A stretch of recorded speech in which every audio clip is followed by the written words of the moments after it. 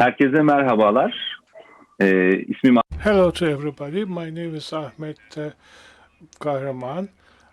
I'm the environmental coordinator at the Marmara Municipalities Union.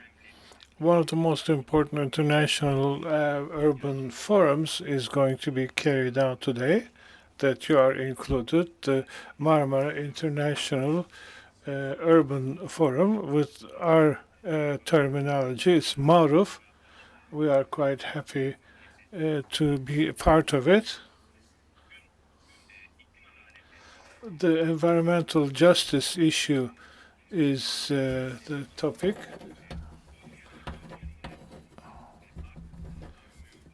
The climate justice is our subject. We are in the rapid multiplication society. We are continuing the growth without any control, along with the reality that we are going to be running out of resources. Growing like a tumor is also creating a damage cycle. This growth status is going to be harming humankind. Throughout many years, the climate change was tried to be reduced with technical concepts, and these technical concepts it was reduced to. But at this point that we have arrived, we are not satisfied of the situation. Historical responsibilities, justice, transparency are certain concepts that are the challenges. We are needing to clean them out from in front of the climate change. I did some research on Google searches. The climate justice was done mostly in the Philippines and Kenya. Especially in the Philippines, the frequency of the search after the call of their president to the world. As far as awareness, how important political leadership must be emphasized. Climate justice and environmental rights, we have very striking information with the presenters who are extremely adept. I would like to give you some information about session planning. Each presenter will have 10 minutes in the first round, and then with your questions, a second round will take place. And here we have the right to speak about 7 or 8 minutes, and afterwards the session will be closed by touching upon every subject. I would like to thank our presenters due to their participation. In terms of time, if they are going to be sensitive, we will be quite pleased, and we expect this sensitivity from them. Now, I'm not going to read their CVs and steal away from their presenter times. I would like to briefly present them. Professor Christina Voigt is a professor of law at Oslo University, and international environmental law and Paris agreements co-president. Now, most importantly, is international nature protection, World Environmental Law Commission. I've read transparency, accountability, and food articles. Thank you for being with us. Another speaker is going to be Associate Professor Darius Savaşan. He's in the international public law, and he's continuing his academic work at Selçuk University, economic sciences, international law branch, and he's the World Environmental Law Commission President in the Turkish Bar Association. He's a member of the advisory board. We are quite thankful that you are with us. Another speaker is Professor Dr. Antonio Herman Benjamin. He's in Brazil in the International High Court. He's a judge there. And he was in the World Environmental Law Commission chairman.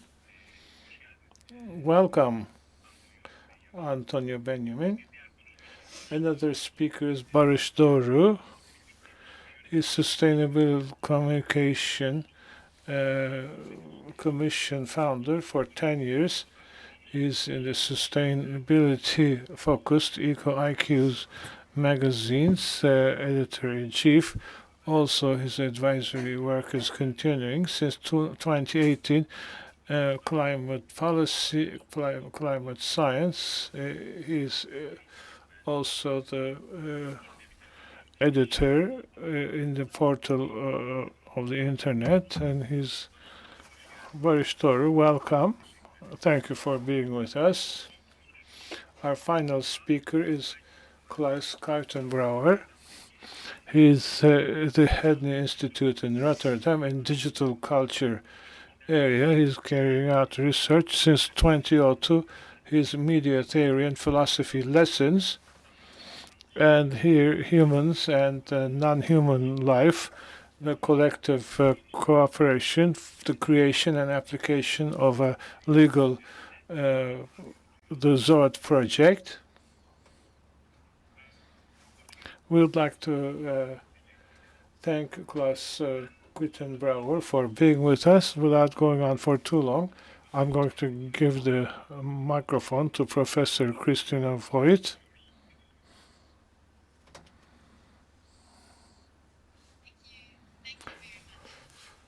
Introduction, and thank you first of all for inviting me to the forum. It's a great pleasure and it's a privilege, and it's a very interesting topic that you chose for this particular session on climate justice. I'll promise to be sensitive to the time, but if I go over, just indicate briefly that this is about it. But I will also be sensitive to the topic, or show sensitivity to the topic of climate justice, because it is a multifaceted, complex topic. And in my brief talk, I'll try to shed some light on its various dimensions. Now, to start with, I thought it might help to provide an attempt of a definition of what climate justice is. In my work and in my view, climate justice is to ensure that the distribution of the costs of climate change measures or their impacts is fair and not discriminatory. So there are different elements to it. It's the mitigation measures that we do. They should be fair to everyone, but also the impacts of climate change, the consequences should not be discriminating a particular group or particular country against others. Unless there are legitimate reasons for different treatment, and legitimate reasons could be different contributions to the problem itself in terms of historical contributions, for example, or a difference in the available means of dealing with the problem. Now, I would like to highlight two dimensions of climate justice. One dimension is spatial, and the other dimension is temporal. There may be others. I just chose for these 10 minutes to just focus on the spatial and then on the temporal dimension.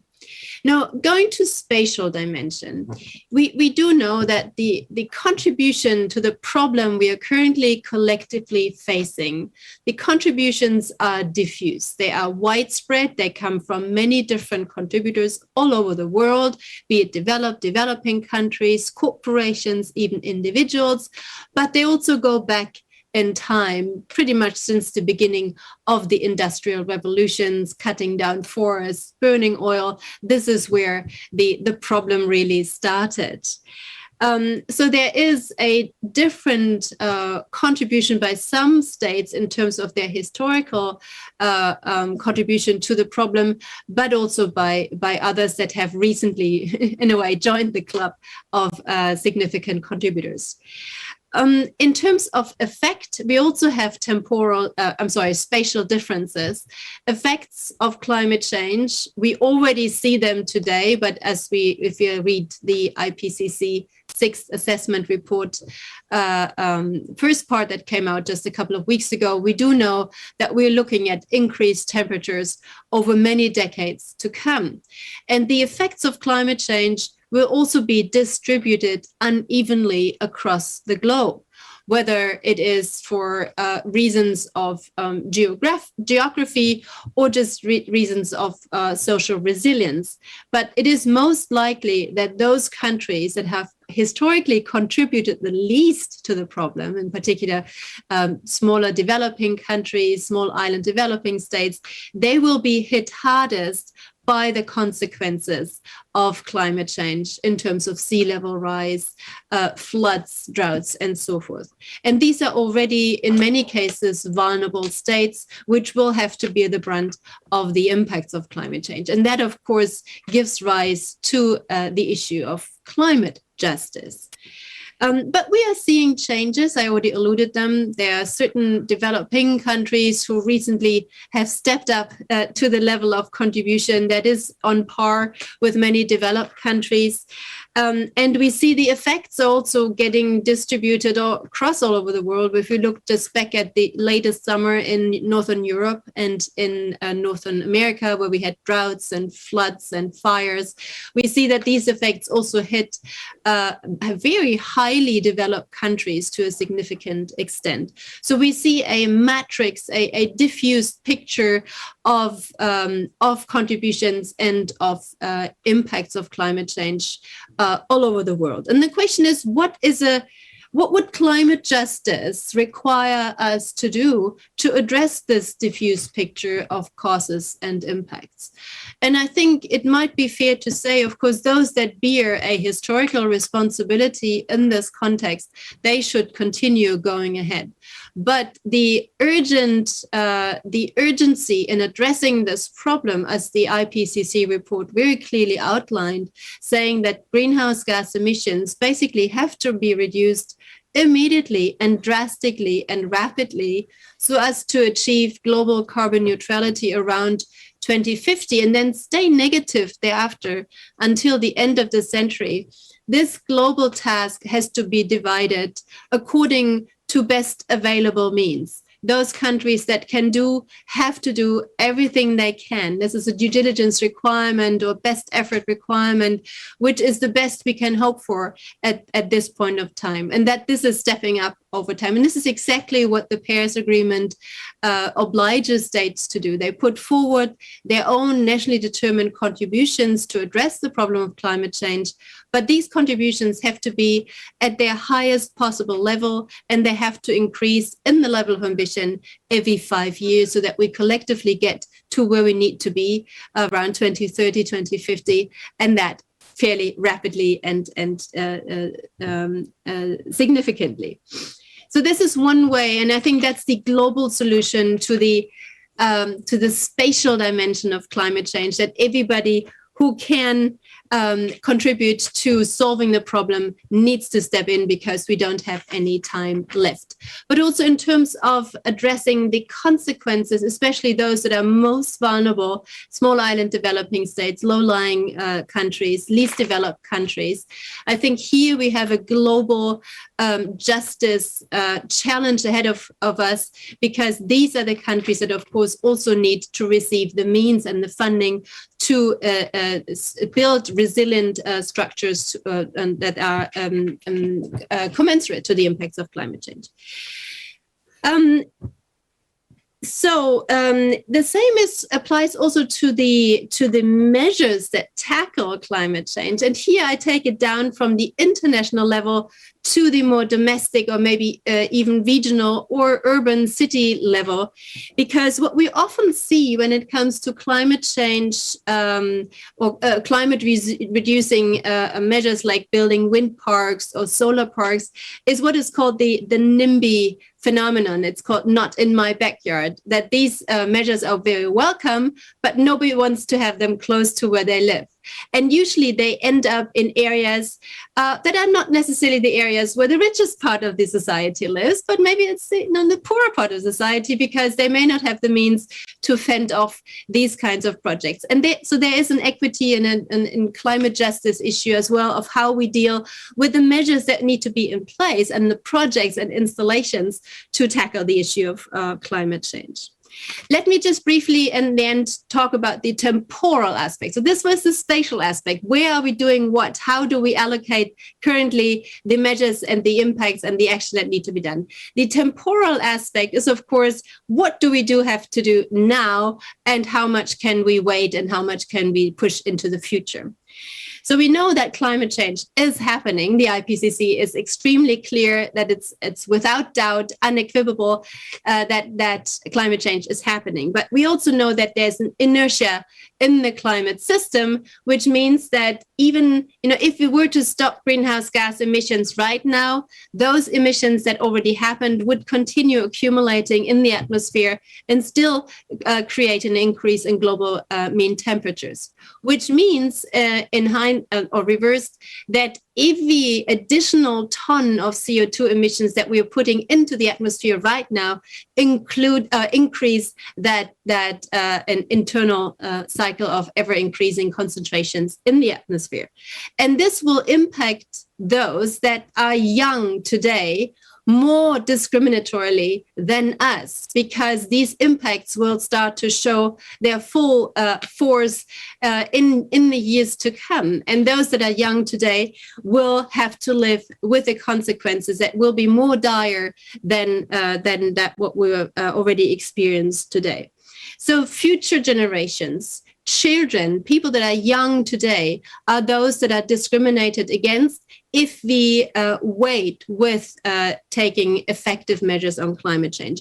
And this is, I think, the reason why we see in many climate litigation cases worldwide, the claimants, the plaintiffs being young adults, children to a certain extent, that bring these cases to the courts and request of their governments to step up their ambition on climate change and to act more ambitiously and more quickly, because they are worried about their future, about the impacts that climate will have on their right to life, on their right to health, on their right to family, and many other rights.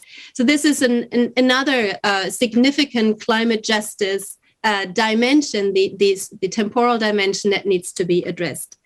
But it is not only the impacts of climate change, it is also the measures, again, that we take to address climate change. Again, the more we wait now, the more drastic, strict measures to decarbonize our lives will have to be taken in the future. And this will come along with significant restrictions on liberty rights that we take for granted, we can just go out and purchase things and travel everywhere.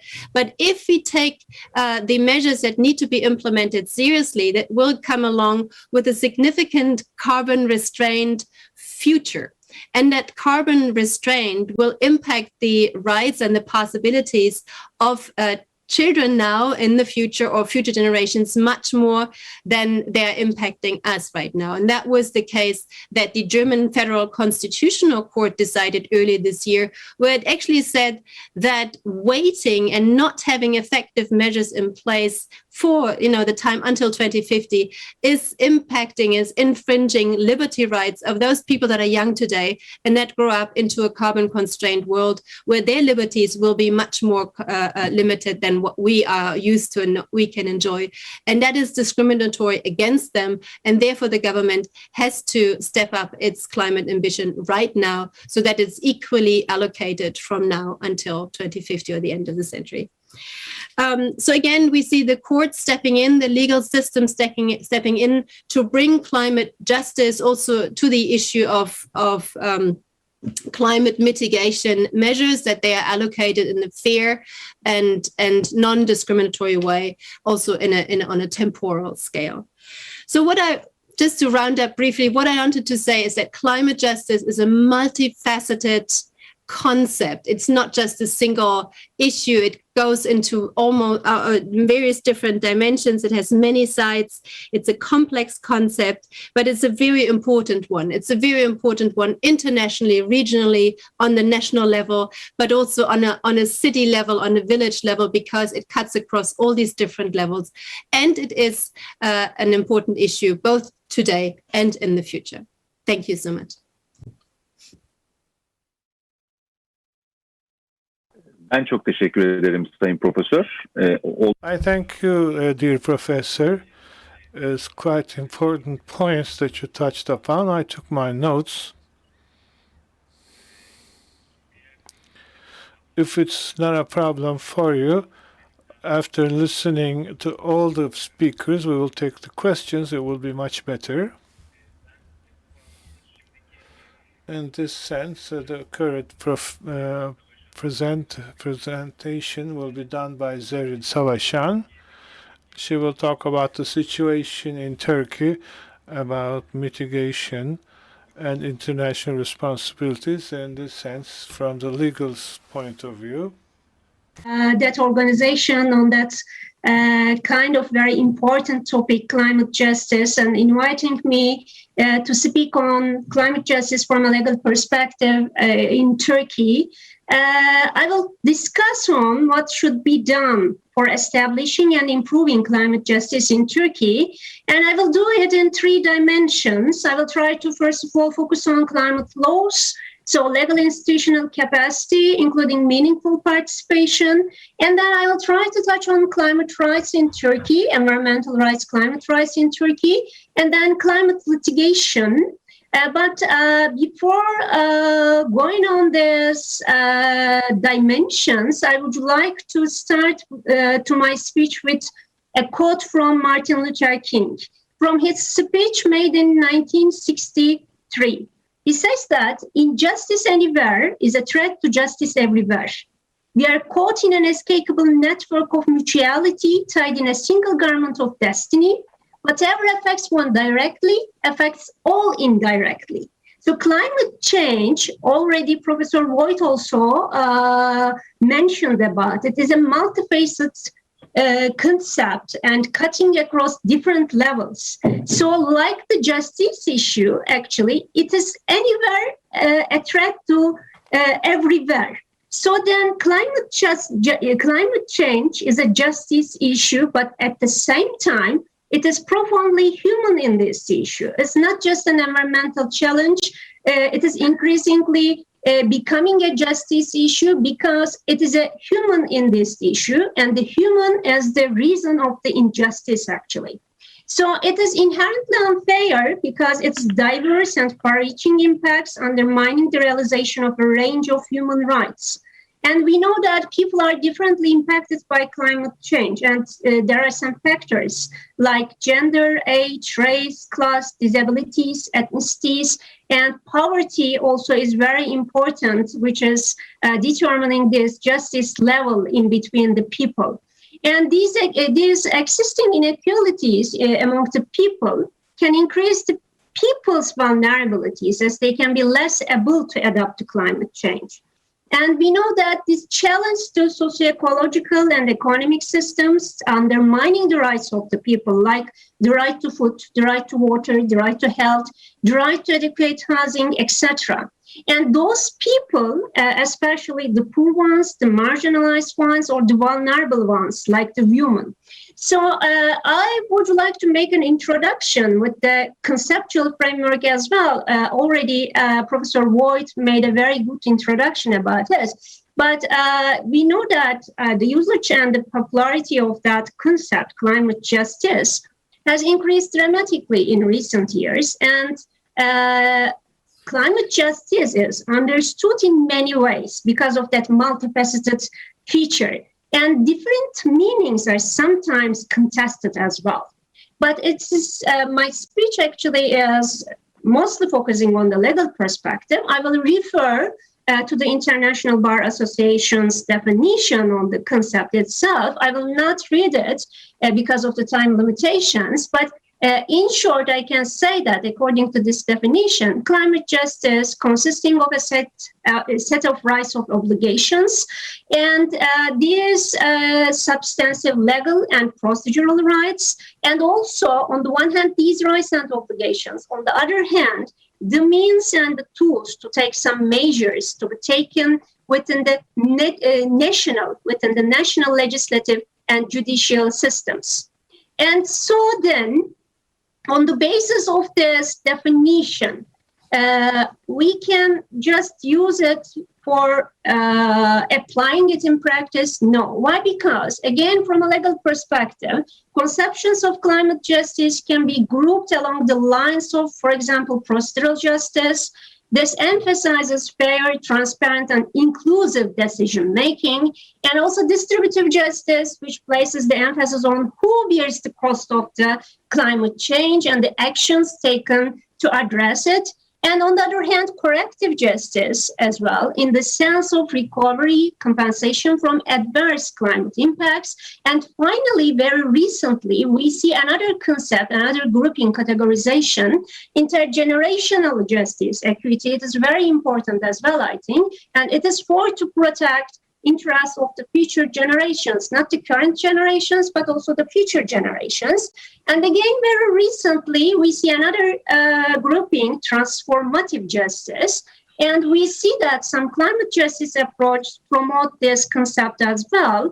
And it means how vulnerability to climate change reflects various structural injustice in society. So climate change, if climate change can provide opportunity to reinforce democratic governance at all scales, at least not repeating the existing injustice. So then we see, when we look at the concept itself, even just from a legal perspective, we see that it's not that much easy to understand from all its aspects. And the principle of equity is very, very important while thinking about this concept and these groupings, actually. And while referring to the international treaty law, sometimes this principle of equity also can be interpreted synonymously with the principle of common but differentiated responsibilities and respective capabilities as well. So on the basis of this conceptual framework, then, regarding Turkey's case, what we can say? Actually, in 3 dimensions, I tried to make a short analysis on Turkey's situation. If we start with the climate rights, first of all, under the Turkish constitution, there is no direct or indirect reference to combating the climate issues, but there is an indirect reference to the right of environment as a human right under Article 56. And we know that we have a very important act, the basic legislation regarding the environmental issues, Turkish Environment Act. And under this act as well, under Article 3, the right of environment is also directly mentioned through the right of participation. But as I said, just the right of environment. This is not specifically about the climate change issue. And we see that there is no separate section or direct reference to climate change under the Turkish Environment Act, just some indirect references. I will not touch on them. But we know that there are some provisions relating to emission limits in different sectors and air quality management in the act itself. So Turkey right now has no specific framework act for tackling climate change issues or any relevant regulation which particularly and directly concerning climate change. But we know that there is a still continuing working group to draft that kind of act and the regulation on the emission trading. And besides all these issues regarding the Turkish part, if we look to the road, we also see that the aim of the environmental protection regarding the rights issues remains anthropocentric. So there is also need for a long-term consideration regarding this rights issue as well. We see the first signs of such a development have already appeared in for example, Ecuador and Bolivia.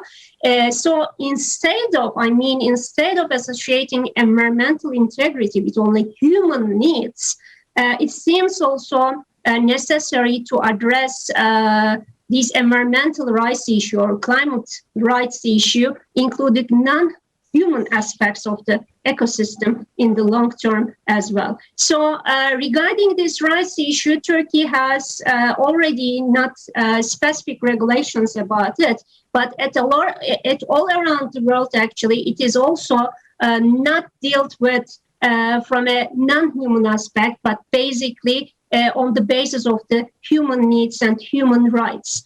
Do I have time? I can go on with the climate laws and legal institutional capacity in Turkey then. I think I have time. So regarding this climate law issue, we see that... 3 dakika kadar. Okay. So then Turkey, we know that signed... 3 minutes. Okay, Turkey signed, I can go on with the next section, no worries about it. Turkey signed the Paris Climate Agreement and submitted its first INDC, National Determined Contribution, but we know that it has still not ratified the Paris Climate Agreement, although we have some news, very good news, signing that we will also ratify the treaty. So for now, Turkey has an emission reduction target, and in the context of Turkey's preparation for the new process to be brought by that agreement, we know that, as I mentioned before, a draft Climate Change Act and bylaw on emission trading system were prepared in December 2020. But there are some problems regarding these drafts as well. I will touch on them in the next section. Thank you so much.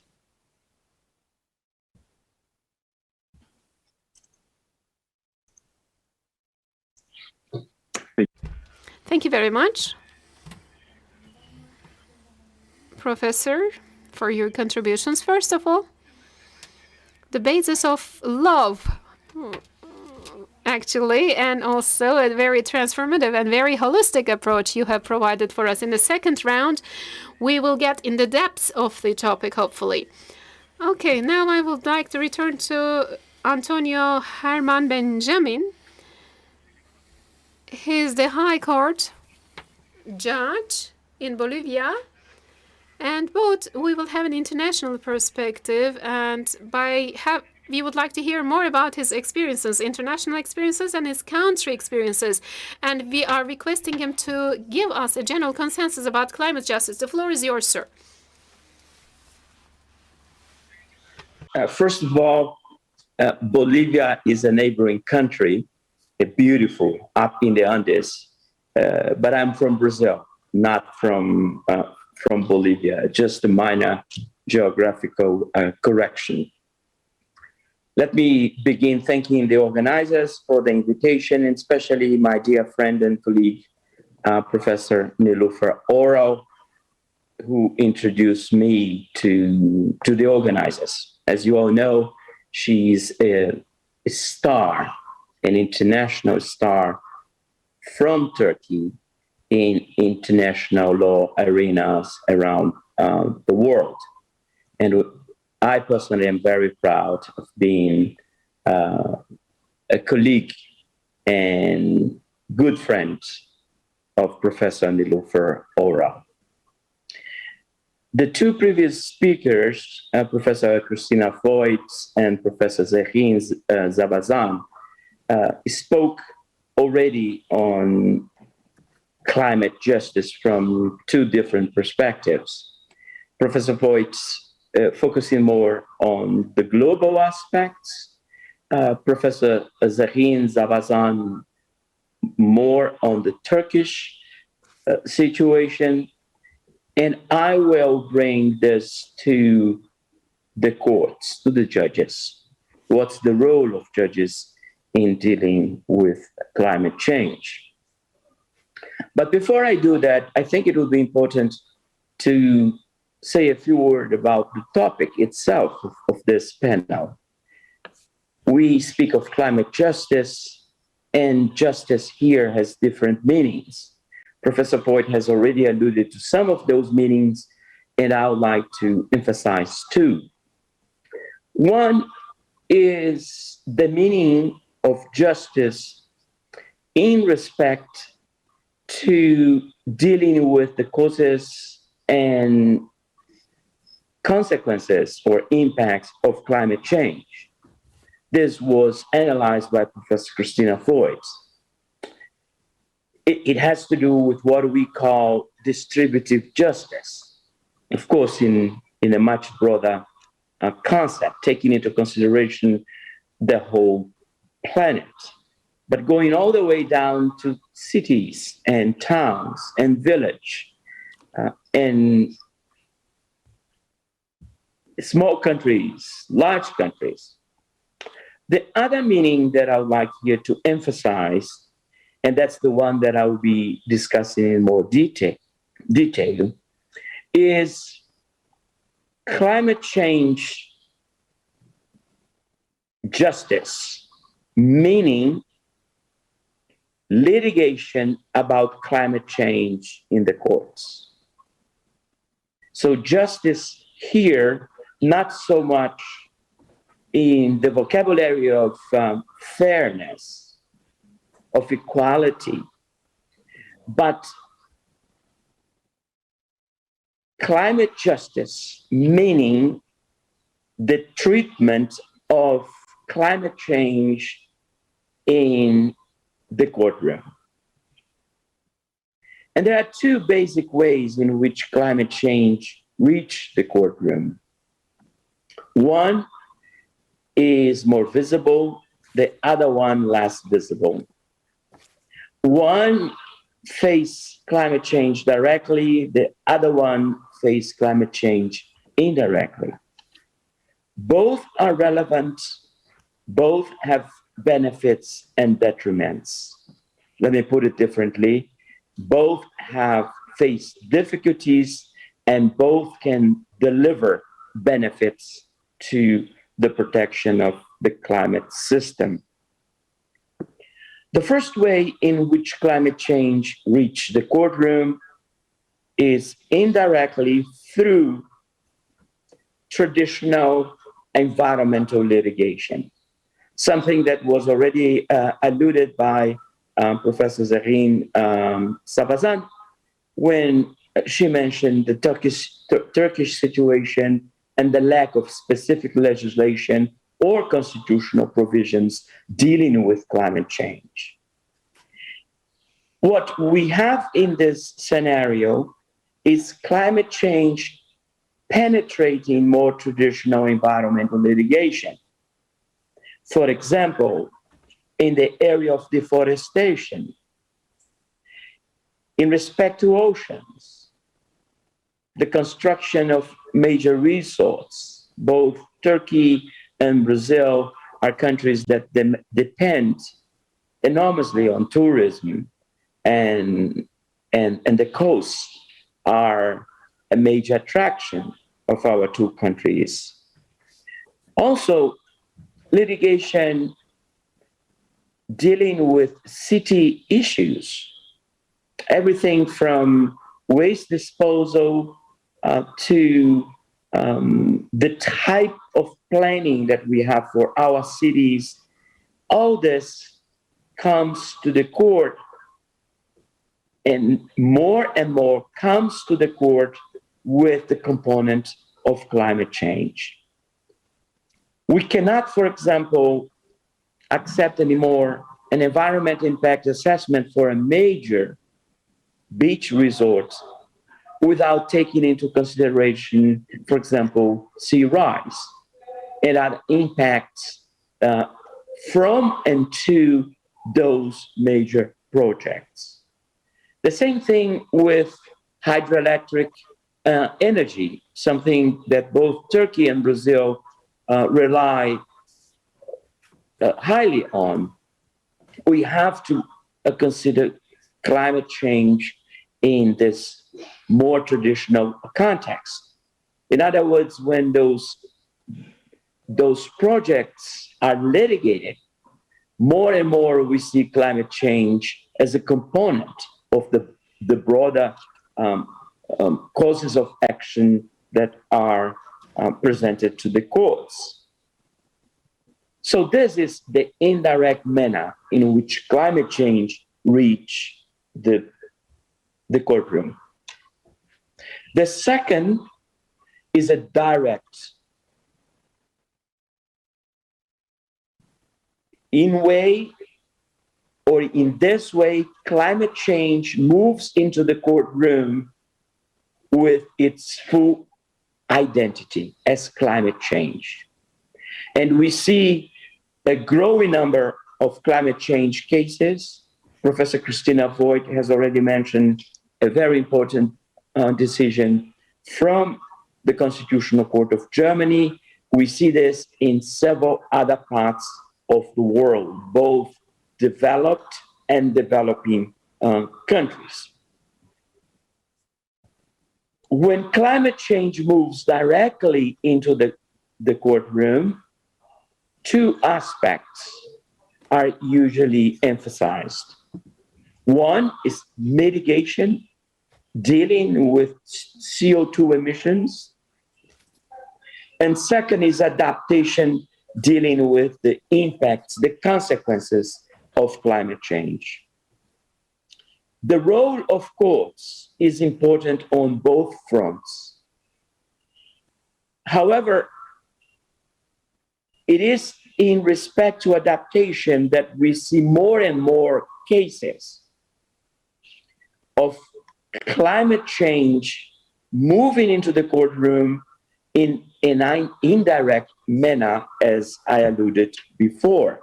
I repeat, in deforestation, in the protection of the coast, of mangroves, in respect to air pollution, energy, cities, and so on. My final point in this first round is about courts themselves and we, the judges. What is the role that courts should play?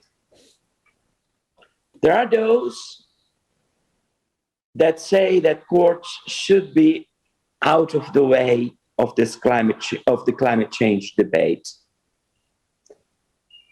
And there are those that have very high expectations in relation to the potential that roles can play in protecting the climate systems or system of the world.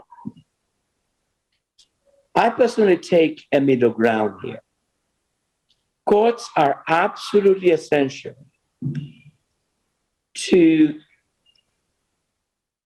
our work and our responsibilities in facing climate change causes and climate change impacts. Courts deal with all sorts of human issues. And we know that the climate change that we are talking about here is one phenomenon of anthropogenic nature. So the role of courts is unavoidable. On the other hand, we should be realistic. Courts will play a major role, but courts will not alone decide the future of the planet vis-a-vis how we, humanity, deal with climate change. Courts will help. Courts are a venue of last resorts. However, we should be realistic and not utopian, thinking that we judges will, through magic, solve the climate change dilemma of the world. Many thanks.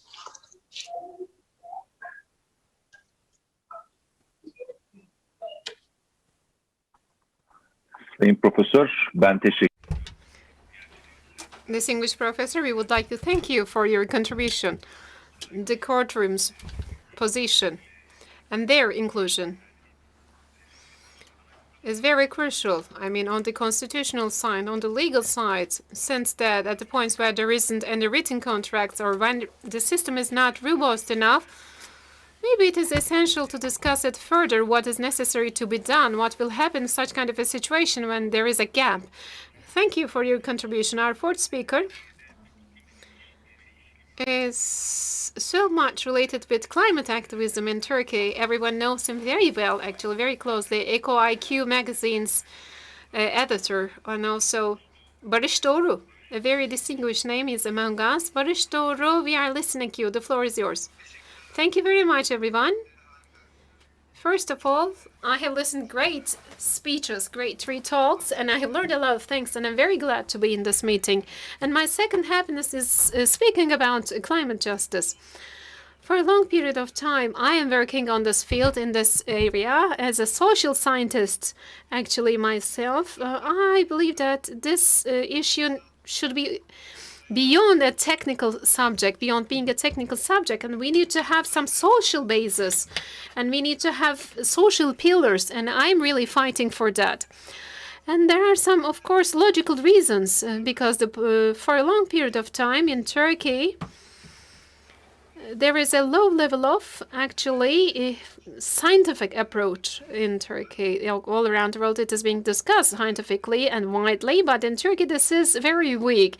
We consider it as something very technical, and we were obliged to watch this systematic methodological approach. And now we have started to see that the topic really is getting deeper, both in the global means and also in Turkey. We are actually racing with time, and this is a big loss, time loss. But we should, of course, look front and look ahead. According to my perspective, the present social formations result is this. Actually, it's something natural. It is as follows. Whatever equalities you have in that community is being reflected by nature, by the climate itself, and we look at the results. Just like a mirror, it's a social mirror. And speaking on this issue is very crucial. This is what I think. Okay, when we speak about climate justice, what we are speaking, every speaker, especially Christina Voigt, have mentioned very important things, and she has multi-layered the topic from different perspectives. She has shown us and emphasized to look at it. I also do believe the same thing. We need to have multi-faceted perspective, one by one. It is essential to speak on each of them. And today, and also in general, I will draw your attention to another point. In Turkey, and I'm sure in many other parts of the world, when we say climate justice, if we are speaking about justice, there is a presence of injustice. And it's a very basic problem. When we speak about climate crisis, it is the actually accusal or the victim of climate who is to be accused and who is the victim of this climate change. Climate justice is creating a relationship, reciprocal mutual relationship among those two parties.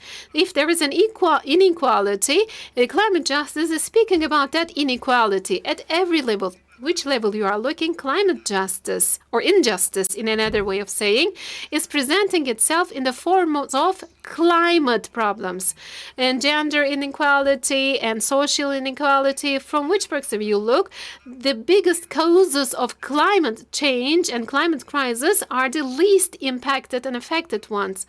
And actually the ones who are having the biggest impact are, of course, having the devastating impacts of climate change and climate crisis.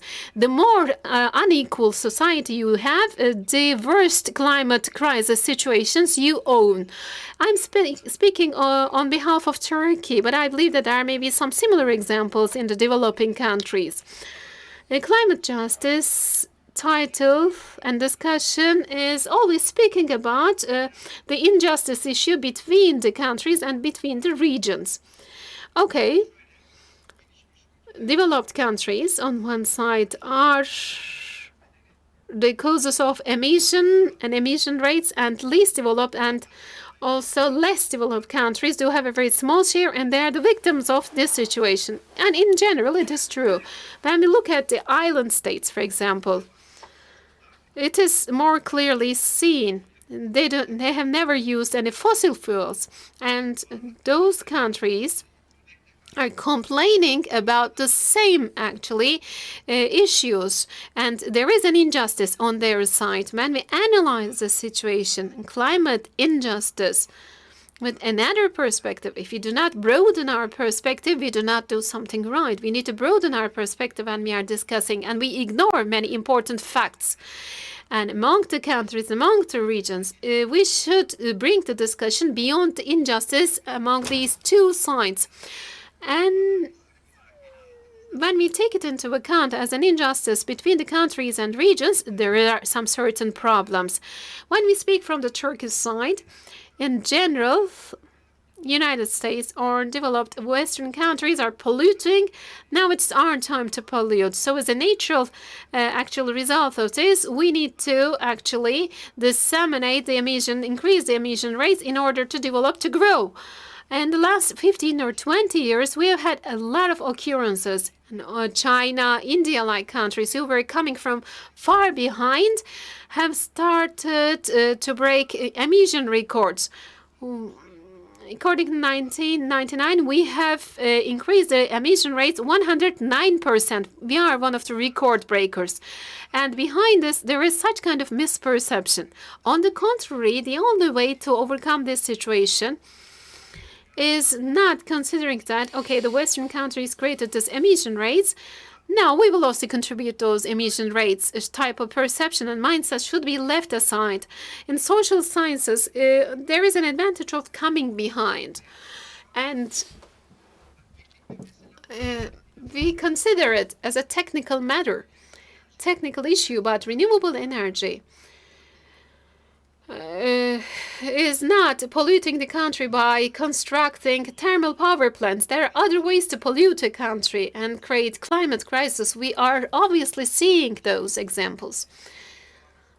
Not only the protection of our nature, not fighting with climate crisis, other than the health policies, there is the economical side of the issue, economical rationale of the issue. When we are speaking with a third world perception about climate crisis situation, we should accept that this mindset does not valid anymore, and we are not actually progressing with this mindset. There is another layer that I would like to mention here, and this is what I really would like to speak a lot. I love to speak a lot. The general perception is as follows. Let us give the United States as an example. We don't have anyone among us from United States, so I can feel comfortable to speak about United States. In United States polluted, and now it's our turn. It's the general perception. There is an argument on our governing side. I say, which America you are speaking about? Which United States you are speaking about? United States of its own is a very huge region, and there is a huge level of inequality within the society. According to Oxfam's research, it states that, emission rates per capita is directly related with poverty and the poor class and the differences between rich classes.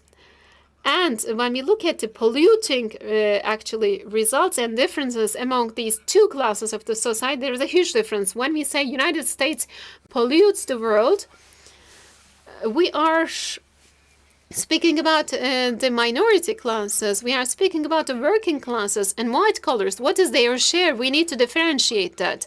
There is another point that we ignore to see. We can bring the same notion to every country. United States is a very typical example because of its mixture structure, blended structure. If you bring it to China, if you bring it to other countries, we see the same things. Due to the social injustice structures, they are creating this pollution and creating this emission rates. And there is another important fact that we need to mention. This excluded people, vulnerable people, LGBTs and women, and also are all being ignored from the society when they are taking decisions about energy policies, about economy of the country. When did you give floor to them? When did you allow them to speak out, actually, without calculating some certain sects and groups? And actually, you cannot speak about a matter of justice. Causing the climate crisis and being the victim of the climate crisis is another matter of discussion. And related with climate crisis, of course, the United States have had frequent storms and also disasters, natural disasters. Even in Turkey, in the last summer and the summer before, we have had tropical storms. We were at the threshold, and also we have had big forest fires. At the same time, we have come across with a flood disaster. All of them took at the same time. And it is not possible to, of course, communicate them with the idea of climate crisis. Actually, I am a communication expert and I'm communicating everything with each other. The victims that we are labeling them as victims are the lower class of the society. It is very clear to see that. There are some certain reasons of that. The infrastructure is very bad, and they live in that weak infrastructured places. Their mobility is very weak. They're obliged to live in that region. They don't have any other alternative. All of their cars and actually houses are not insured. World Insurance Union do have a research. There is a huge gap, insurance gap. The insured properties and also the properties who have been destructed do have a huge gap. And the poor people is creating this gap. The rich people are always having insurance for everything, every single item, actually. So the victims of climate crisis is again being the vulnerable groups of the society, and compensating it is very hard for them. They don't have any saving, and they are losing their working places and living places, and re-establishing, refounding them is very hard for them. And the climate crisis do have another important outcome, the food prices and fluctuation in food prices. We will see it more year by year. And how a poor person may have the impact of these changes, these fluctuations in prices, and how a rich person is having the impact of that. We know that the household actually expenditures of a poor community is totally allocating their money to food. When we consider about fluctuation in food prices, it is going to directly impact the poor side of the society. So climate crisis should be taken into account from the perspective of inequality and social injustice. When we approach the issue from this perspective, your responses will be changing. Okay, harmonization and mitigation policies, they're all fine, but for creating a resilient community, for creating a more equal society, for having a robust infrastructure, and in order to protect the poor class of the society, we need to have a sustainable developmental action plan, actually. SDGs have not totally been digested. And when we are fighting with climate crisis, when we are fighting for the actually fighting for bringing justice, it should be a social combat on the other side. I don't know whether I have any more time or not, Cihat Bey. Unfortunately not. You have completed your time. I have just skipped the generational, actually, inequality and injustice. In the second turn, you can speak about that. So Professor Voigt also mentioned about it. And Zerrin Hanım also mentioned that. From your perspective, we have tried to see the civil activist side. Thank you very much for your contribution. But actually, the injustice in climate crisis situation do have the socio-economical layer, socio-economical side, and you have discussed it on this issue during the COVID-19 period. Social resistance, of course, has failed as humanity. We have failed from that class, and we need to think it in the long term, you have just said. Every day it's an alarming issue. Thank you very much. Our last speaker will be Klaus Keitenbrower. It's very hard for me to pronounce your surname. I hope I did not misspell your surname. And let me share his bio with you, because he has got a very exciting title profession: human and non-human species and the relationship between those species on the climate level. What is the interaction? What is the legal relationship on this level? So it's a very difficult project. It's a very conceptual project. So he's going to make us understand it better. And now I would like to leave the floor to you. The floor is yours, sir. Thank you very much for your kind invitation. Fantastic to be among such distinguished other speakers. I'm deeply honored.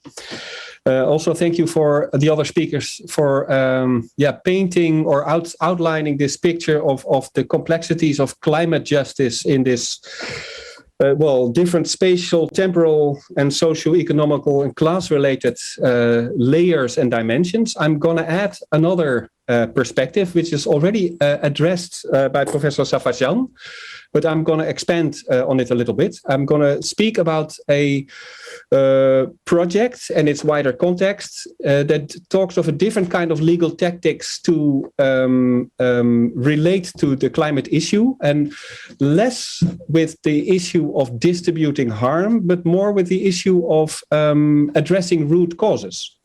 So I have a small presentation. I'm going to start it now.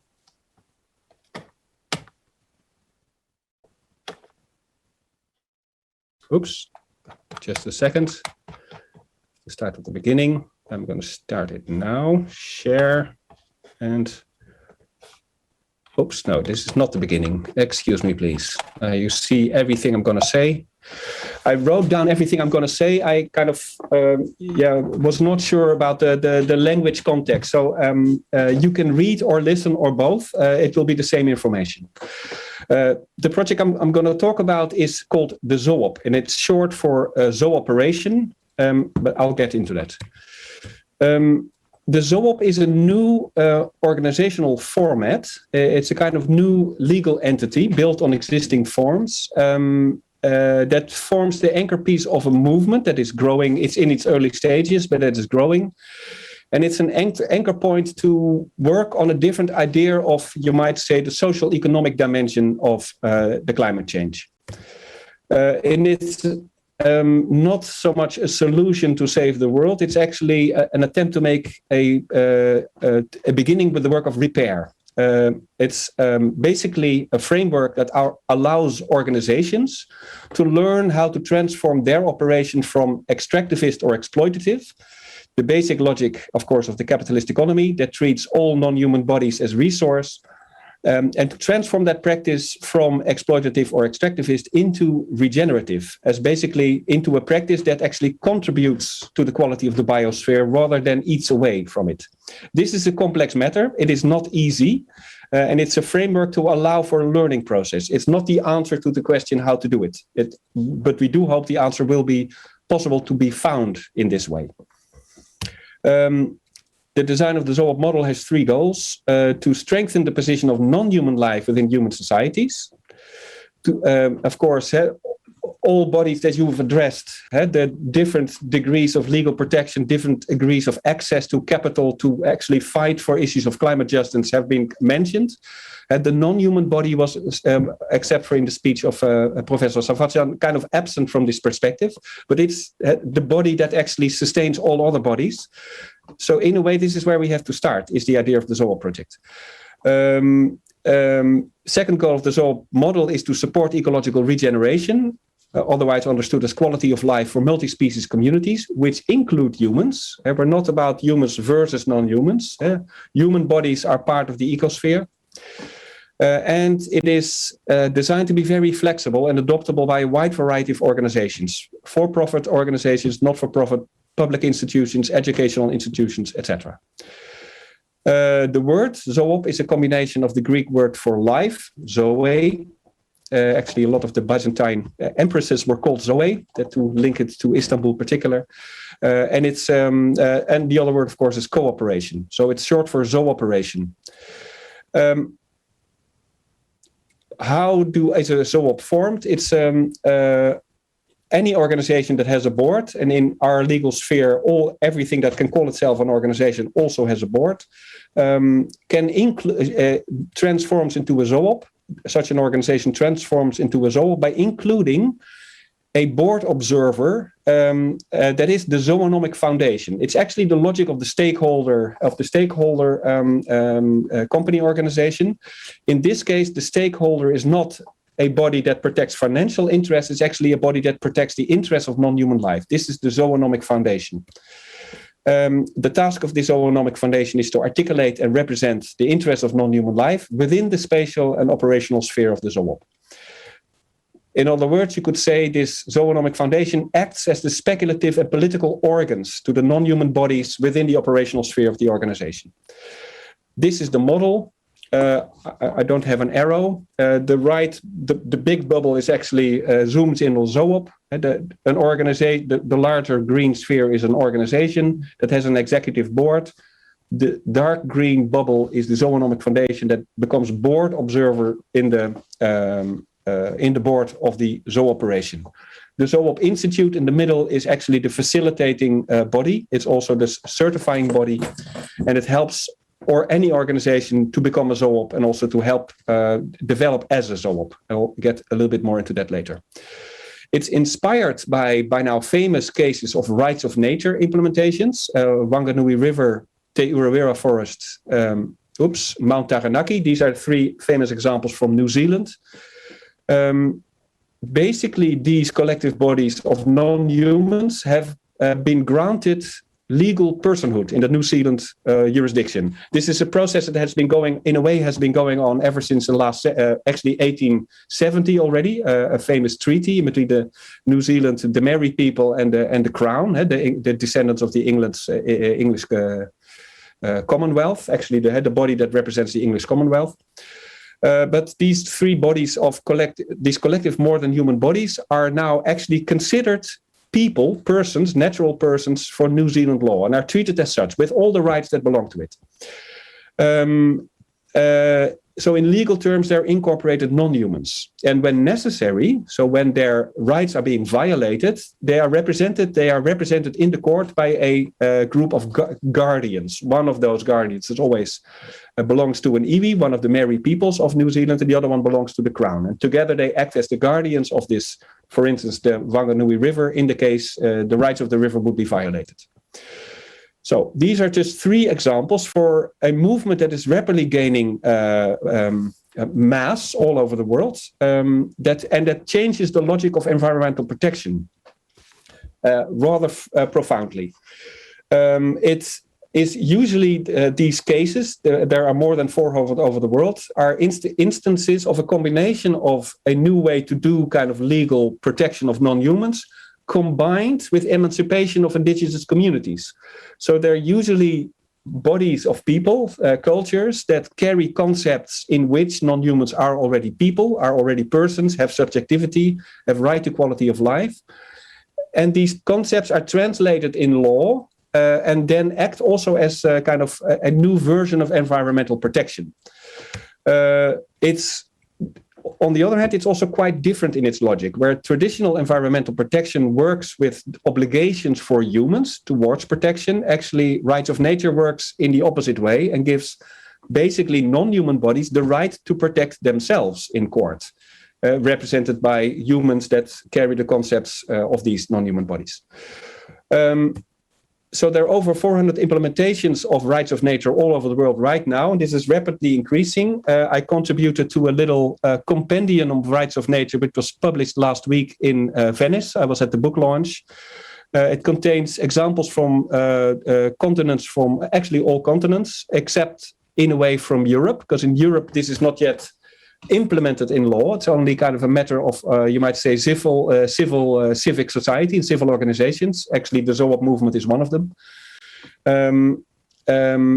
Okay, this is also a good moment to say that although this is a highly successful and effective movement, of course, also the rights of nature is not without its own kind of social economic issues. And the access to the court, the access to legal instrumentation still has a lot of, let's say, carries class weight, carries capital. It's not again, it's not a simple solution, but it is extremely, let's say, promising to see this alternative culture also gaining shape in courts all over the world. So, how about the relation between ZOOP and rights of nature? Basically, the ZOOP idea can both prefigure a rights of nature approach. You can start any company, any organization, namely, can already start a ZOOP. There's no legislative reform is necessary. So in that sense, it can prefigure a rights of nature approach, where an organization takes responsibility for a certain body of non-humans.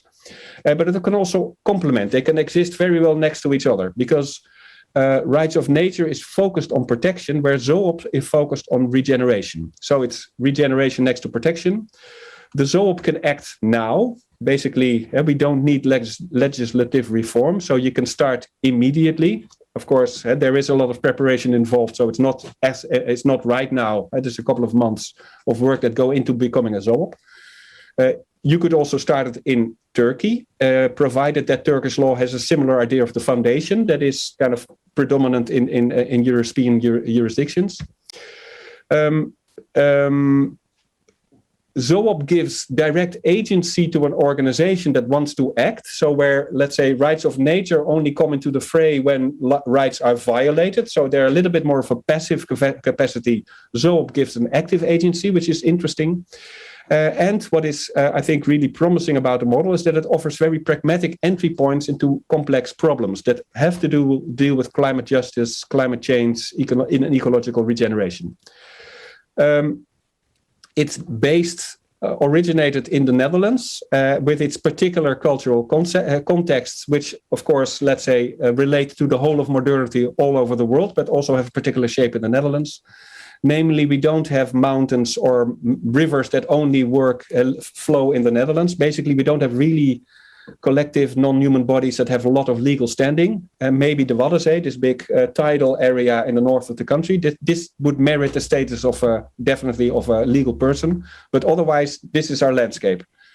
And in our culture, as in all modern cultures, non-humans are considered resources and not subjects, let alone ancestors, as they are treated in New Zealand, in the Maori culture.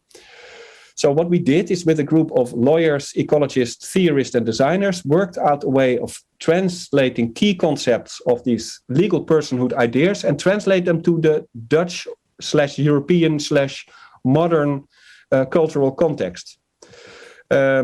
So it does not require legislative reform. It works with existing instruments from private law. Also, this means that ZOOP do not grant rights or personhood, but actually treats non-humans as though they have these rights, which is actually what the whole point is, of course. And it's focused on collaboration. So it's a way to, through the language of the law, generate a different kind of culture, a culture in which a kind of productive care for the environment is built in the logic of the economy. So by becoming a ZOOP, an organization keeps its existing goals, but adds to them another goal, that is to become part, to generate a regenerative economy. An economy that does not, again, eat away its biospherical environment, but actually contributes to it and contributes to the quality of life of a multi-species community. This I'm going to skip for now because it's a little bit too technical. The model consists of let's say, a representational framework as well as a plan of action, a framework for a plan of action that consists of 4 steps that you undergo every year and that allow you to experiment and learn about regenerative interventions, and also share this knowledge among other ZOOPs so that the whole movement as a whole kind of develops a network of interventions. Yeah. Last 30 seconds, please. Yes, this is my last slide. So where are we now? We finished the certification. We finished the legal model. We draw up the basic form of the contract between organization and Zoonomic Foundation. And we have about 20 organizations that are committed to becoming ZOOPs in the next few months when we will actually start the first ZOOPs. These are all organizations that already practice the model, although they cannot be formally called ZOOPs, but they're mostly in the Netherlands, but also in Ljubljana, in Slovenia, in Venice, and in Germany. And we're also working with municipal bodies. I know this conference is organized from the perspective of municipal bodies. So also on that level, it's an interesting, let's say, model to look into. This is me for now, for the first round. Thank you very much. I'm going to end my slides now. Thank you very much. Really, it was a very, actually, striking type of topic. When we consider the non-human creatures and look at them from the human perspective, we are speaking about a natural protection action. But when we speak about the natural side, when we approach the issue from nature-oriented point of view, and creating an institutional basis for that is something that you have mentioned. Maybe it is essential to speak in depth. Maybe in the second turn we can have deeper information. Now I'd like to pass to the next tour. We have got a lot of questions. Among these questions, I'm going to select the inclusive ones, comprehensive and inclusive ones. Professor Voigt, you have got a question. Maybe by taking your account from this question, you can broaden your perspective for us. Loss and damage negotiations are present. Loss and damage. And for the climate justice, can it create some certain basis when we consider these negotiations? Is it possible to bring them one step further? Is a question for you. Another question is, until 2020, developed countries were dictating some climate policies for developing countries. 100 euro of fund was being allocated. They were having such kind of a target. However, in the recent days, according to OECD figures, we have seen that this source, 80 billion of them was being used, and 70% was being used for the reduction operations and distributed those developing countries. About harmonization actions, only 25% of a limited budget was allocated, fund was allocated. Is this something insincere, actually? And when we consider the climate change and when we look at the countries who do a very small contribution to climate crisis, and the funds which are being allocated are mainly being used for the reduction activities. So in quotation, isn't it something unfair? Well, first of all, thank you very much for these two questions. I'll start with the loss and damage issue, which is, of course, a very sensitive and partly controversial issue in the UN climate negotiations. It's an issue that is very, very important because the background is that, you know, states or societies will only be able to adapt to climate changes and climate change impact to a certain extent, but there will be losses, there will be damages, especially from disasters that can happen very, very quickly, where adaptation is just not possible. And the central question is how to deal with losses and damages which go beyond adaptation. And initially, the climate regime had only two, let's say, boxes. One dealt with mitigation, the other one with adaptation as the causes and the consequences, but none with loss and damage beyond adaptation. And it's a very important, success of the Paris Agreement to have a particular article on loss and damage is Article 9. But if you look at Article 8, I'm sorry, if you look into more detail, it's more of a procedural aspect there, establishing there's a fund that is supposed to deal with capacity building, with institutional building. What it doesn't do, and that's maybe the most important justice aspect here, it does not compensate for damages. There is a footnote in the decision that adopted the Paris Agreement that Article 8 should not lead to liability of states or be the basis for compensation claims. That was part of the overall balance that was struck. And then you can ask the question, how just is this if we recognize that there are losses and damages caused by climate change, but no compensation possibility available? Now, the Paris Agreement is not the only international legal basis for that. There are other possibilities as well. And I do know that many lawyers are looking into, general legal instruments of state responsibility in terms of climate change impacts and compensation possibilities. But there is still work to be done, and maybe even within the UN climate regime, there may be some movements at some point of time. The second question, I'm not sure I entirely understood it, but there is, of course, the request to mobilize $100 billion annually by developed countries. He's going to explain it. He's going to explain the second question once more. 100 billion euro of a budget would be allocated to the countries who are not developed yet to increase their resistancy, their resilience, and this was an objective. Only 80 million euro of that money was given to the underdeveloped countries, and the spent amount was actually composed of reduction activities. Only 25 of them is being used for harmonization process. So there is an insincerity, an unfair situation. Don't you see any problem in the allocation of money and distribution of fund? So it's 100 billion euro or dollar expectation, more or less, to provide as a floor, and it's supposed to increase. And currently negotiations are going on for a new global finance goal. But the question is how to allocate that money to both mitigation and adaptation projects or means. And here there is not an even allocation. Historically, climate finance actually did go primarily to adaptation projects, but now it has shifted to go to mitigation projects. And you can ask, it's an open question, what is more fair? Is it more fair to deal with the causes of climate change or to deal with the consequences? I would probably think maybe a 50-50 allocation would probably be the fairest way, but we can't just deal with the consequences without addressing the causes, and vice versa. We can't just address the causes because the consequences are already happening. So, but there is no allocation key of how to use that money. It only says it should go to both adaptation and mitigation. And I think it undergoes certain fluctuations. There probably will be a different time when maybe more money goes to adaptation projects.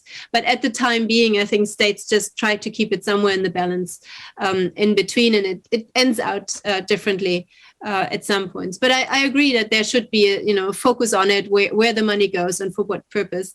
But phrasing it as an issue of climate justice is difficult because we need addressing the causes as much as addressing the consequences.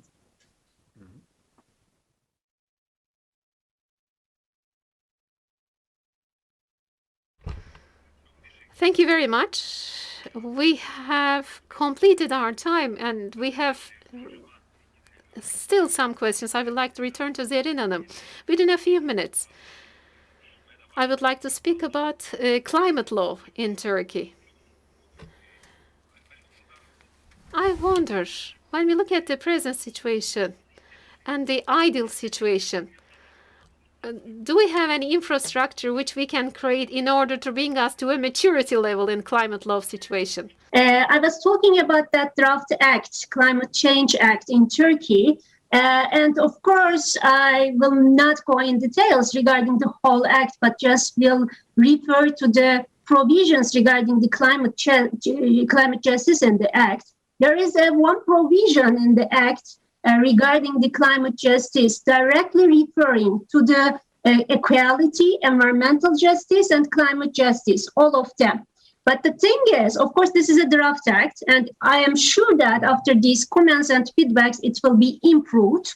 But in these current conditions, the provision is not adequate. Why? Because it's not clear how to fill the provisions under these concepts, equality, climate justice, environmental justice in current conditions, because I already talked about the rights issue in Turkey, and already Klaus also talked about the developments at around world about the rights of the ecosystem rather than just the human rights. And so these are the lacking parts of the act itself, so needs to be developed from different perspectives. So I'm sure that they will take into account these comments and feedbacks and then make something about it, because it's just, adequate to put these concepts into the acts. You have to fulfill these provisions. You have to prepare the system according to these provisions and articles. And I could not mention, as I have voice right now, I also would like to the institutional capacity in Turkey. I will not go in details, but I would like to refer somehow to the draft act itself. And the main body, which is also provided by the act itself, the Coordination Board on Climate Change and Air Management. This coordination board is also located under the draft act, Draft Climate Change Act as well. But the problem is, this is the main body responsible for formulating policies to fight climate change, but does not involve civil society in itself. So it is very important to have voice into this kind of force to the civil society. Yes, there is another consultation council regarding the climate change in the draft act, but it is also involving people from academia and also non-governmental organizations. But it is not enough to just 5 academicians and 2 members from the non-governmental organizations to that kind of consultation council as well. Because as I said, the engagement of civil society in this kind of process, providing climate justice or environmental justice, is very important, including, information sharing, consultation, assessment, monitoring. In all these phases, they are so much important. And,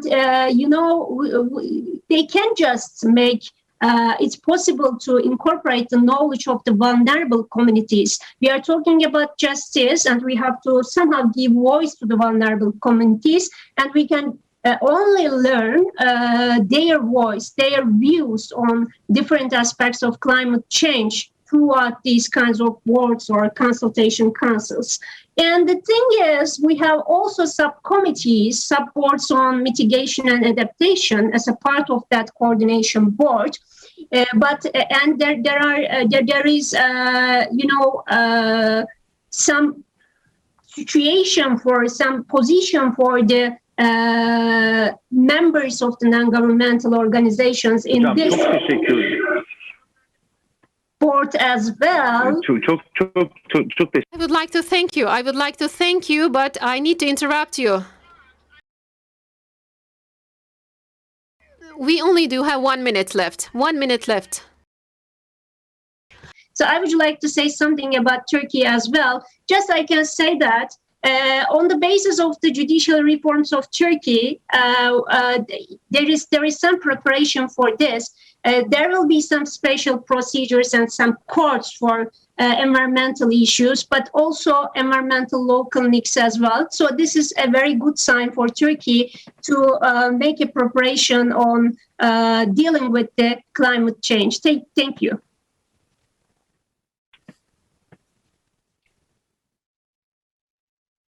Biz çok teşekkür ederiz. We would like to thank you. Really, I didn't understand how the time has just passed away. I would like to apologize. Professor Antonio Benjamin, Barış Doğru, and Klaus Keitenbrauer, I would like to thank you. Unfortunately, we don't have a second round. Our time is up. We don't have any time, only 14 seconds left. I would like to apologize, each and all of you.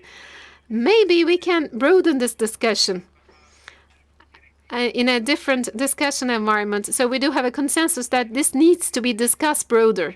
This issue is very crucial. And we don't want to have any delay for the next session. So I really would like to apologize from each of you. And I would like to thank each of you for your contributions.